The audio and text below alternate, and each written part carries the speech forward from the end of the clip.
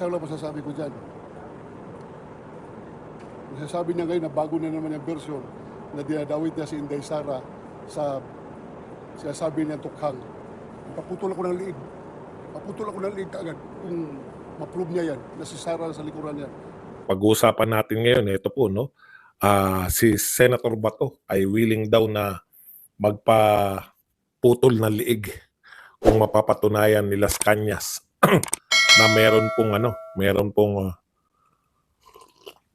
natama ang kanyang mga paratang kay BP Sara na si BP Sara daw po yung pasimuno ng tukhang sa Davao City nung siya ay mayor. Pag-usapan din po natin, ito pong isa pala, no? Ngayon ko lang nalaman, bawal daw ang waldas. Isa pala yan sa mga katangian ng bagong Pilipinas, bawal na magwaldas. Diyos ko, yung rally nyo para i-launch itong bagong Pilipinas, pagwawaldas po ng pera ng taong bayan. Yan po mga pag-uusapan natin. Ito po, actually matagal na po yan si Las Cañas. Hindi maganda yung sinabi ni isa. Hanggang ngayon ba naniniwala ka kay Las Cañas? Hindi po ako naniniwala. Ang problema, maski po yung mga reporter natin hindi naman naniniwala, hindi po nila tinatalakay. Ngayon po, pinag-uusapan na po rin nila si Las Cañas, no? Sabi ko nga, putya, ibang klase talaga itong mga reporter natin, basta makasiraan ng mga Duterte. Papatulan po nila, no? Okay, wala tayo sanang pakialam dyan kay Las Cañas. Ito pong interview kay Bato ni Senator Bato ng mga news ng mga media po, no? Parang ambush interview po 'yun. Sabi po si Las Cañas ayon po kay Bato, ang dami na pong sinabi niyan sa Senate hearing pa lang nung panahon na presidente pa lang po si De Lima. Hindi na po napagkakatiwalaan si Las Cañas. Yan po yung katotohanan. Hanggang ngayon, etong mga media natin, no, patuloy pa rin po nilang binibigyan ng bigat yung bawat sinasabi. Actually, wala pong pumapansin kay Las Cañas. Ito pong sinasabi niya ngayon sa ICC, iyon sa mga reklamo niya kay PRRD, wala pong pumapansin.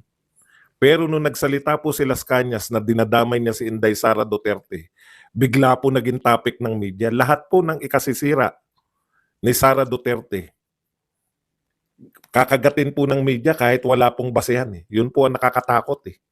Di ba?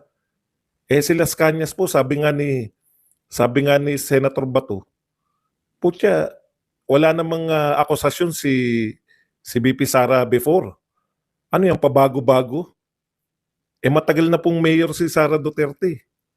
Nung mayor siya, vice mayor, hindi po siya kasama sa tukhang. Hindi po siya kasama na mastermind ng tukhang. Ngayon, siya na po ang mastermind ng tukhang sa Davao City. Alam po ni Bato yan, ni Senator Bato, dahil taga dyan po siya at sila po yung sa tukhang talaga. Kaya sabi niya nga, papaputol siya ng liig kung may involvement po si Sara Duterte.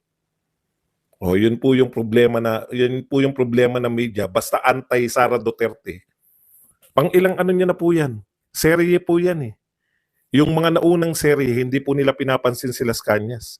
Pero nung sinabi ni Las Cañas na involved si Sara Duterte, biglang bida na sa kanila si Las Cañas. Kaya yun po yung hamon ni Senator Bato. No? Patunayan niya yan. Pag napatunayan niya, magpapaputol ng ulo o ng liig si Senator Bato. Ito po, bilang patunay po sa sinasabi natin, pati po napilitan na po magsalita itong si dating Senador Ping Lacson tungkol po rito kay Las Cañas. Pakinggan po natin si dating Senador Lacson. May sinabi po siya tungkol dito kay Las Cañas. Bili na kasi ko nito ni Lacson dati. Without any corroborating witness or physical evidence to support his testimony, Arturo Las Cañas, a flip-flopping witness during our Senate Committee on Public Order and Dangerous Drugs public hearings, cannot withstand the standards of a fair trial. Yan po ang sinabi, no? Ito daw po ay pabali-baliktad, no? wala pong nagko-corroborate ng kanyang mga sinasabi, walang ibang witness, wala rin pinapakitang physical evidence. Ito po mula po sa isang dating PNP chief na naging senador, si Senator Ping Lacson, no? Hindi raw po mapagkakatiwalaan bilang witness itong si Las Cañas. Kaya dapat itong media, no, sa totoo lang, dapat hindi niyo na pinapatulan yung mga ganyang uri ng witness laban sa mga Duterte. Alam niyo naman na sinisiraan lang yung mga Duterte, patol pa rin kayo ng patol. Yun ang problema natin dito sa ating media talaga, no? In short, walang resibo, wala po talagang, hindi po katiwa-tiwala. Eh, lumabas na rin nga po yung video ng sinabi nila na pinatay daw nila, no? Sabi nito ni Las Cañas, yung dance instructor. Eh, nagsalita po siya na hindi po totoong ako ay namatay, pinatay. Ito po, buhay na buhay siya. Hindi na po ako nagtataka sa media, pero sana naman, no? Ayus-ayusin nyo. Kaya wala na naniniwala sa inyo. Sa totoo lang, bakit mas pinagtitiwalaan pa yung mga vlogger yan? Kasi ganyan. Binabalita nyo pa rin yung mga taong ganyan. Walang mga kredibilidad. Patay na si Mato-Bato. Okay. Punta po tayo dito sa iba pang balita. Ito po. Kasama pala sa, hindi ko kasi alam talaga laman. Pasensya na. Sabi ko nga, napakalaking pag-aksaya. No? Napakalaking pag-aksaya ng Bagong Pilipinas Rally. Kasi wala po akong makita na bakit kagagastos na mahigit 20 million pesos para sa isang rally na wala naman pong katotoran. Di ba? Ano po yung katotoran nun? Maliban na lang kung gusto mong ipakita na mas marami yung a-attend sa Quirino Grandstand kaysa dito sa Davao. Pero nalagpasan na po yan. Una, sa mga nanood, pareho, Rappler, tsaka tong Rappler na lang din. Milyon po nanood doon kay Tatay Digong sa Rappler. Dito po, Rappler pa yan.